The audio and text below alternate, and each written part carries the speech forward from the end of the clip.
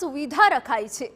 ગરમીનું વાતાવરણ છે તેવામાં નર્મદા ઝૂલોજી પાર્કમાં પ્રાણીઓને અસુવિધા ના પડે તે માટે ખાસ ધ્યાન રખાઈ રહ્યું છે। જંગલ સફારીમાં એસી, કુલર, સ્પ્રિંકલર અને ફુવારાથી પાણીનો છંટકાવ કરાઈ રહ્યો છે, જેથી વાતાવરણમાં ભેજના કારણે ગરમીની અસર ઓછી રહે। તાપમાનને અનુકૂળ બનાવીને સારો ખોરાક અપાઈ રહ્યો છે।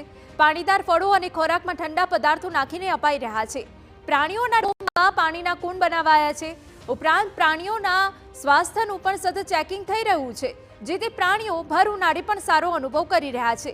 375 એકરમાં ફેલાયેલા નર્મદા ઝૂલોજી પાર્કમાં દેશી વિદેશી સહિત 1500થી વધુ પશુ પક્ષીઓ આવેલા છે। હાલ નર્મદા જિલ્લાનું તાપમાન 36 થી 40 ડિગ્રી આસપાસ છે અને ક્યારેક 40 ડિગ્રી પાર પણ જતું રહે છે, ત્યારે જંગલ સફારી દ્વારા યોગ્ય કાળજી લેવાઈ રહી છે।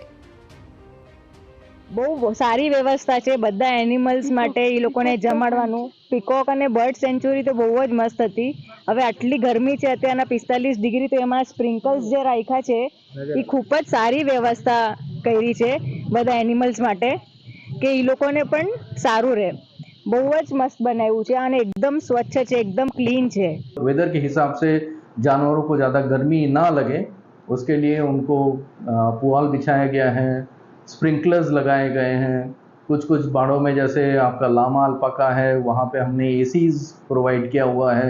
डिजर्ट कूलर हर कार्निवोर एग्जिबिट में लग गया है, तो इससे हम लोग ठंडक प्रोवाइड कर रहे हैं, जिससे कि एनिमल्स ज़्यादा स्ट्रेस ना हो, उनको कोई ગરમી સે દિક્કત ના હો। સ્ટેચ્યુ ઓફ યુનિટી ખાતે સરદાર ઝૂઓલોજીકલ પાર્ક બનાવવામાં આવ્યો છે। તે ઝૂઓલોજીકલ પાર્કમાં અત્યારે જાનવરો માટે એક અલગ વ્યવસ્થા કરવામાં આવી છે, કારણ કે જે અત્યારે ઉનાળાનો સમય છે અને 45 ડિગ્રી સુધી અત્યારે તાપમાન જઈ રહ્યું છે, ત્યારે અહીંયા એક અલગ વ્યવસ્થા કરવામાં આવી છે। અહીંયા જે સ્પ્રિંકલર છે એ મૂકવામાં આવ્યા છે, જે વિદેશી અને દેશી જે પ્રાણીઓ અને પક્ષીઓ છે તેમના માટે આ વ્યવસ્થા કરવામાં આવી છે। આપણે અત્યારે જે એક જગ્યાએ ઊભા છે એ જગ્યાએ જે જાનવર છે એ વિદેશી જાનવર છે, તેમને માટે એ ખાસ ઠંડીના પ્રદેશમાંથી આવેલું જાનવર છે, એટલે એમને ખાસ જરૂરિયાત ઠંડીની હોય છે, ઠંડુ વાતાવરણ એને જરૂર પડતી હોય છે, ત્યારે અહીંયા એમના માટે સ્પ્રિંકલરની વ્યવસ્થા કરવામાં આવી છે। અને ત્યારબાદ અહીંયા એસી અને કુલર પણ અલગ અલગ કેજમાં મૂકવામાં આવ્યા છે, જેને કારણે એમને વાતાવરણ અહીંયા જે ગરમ રહે છે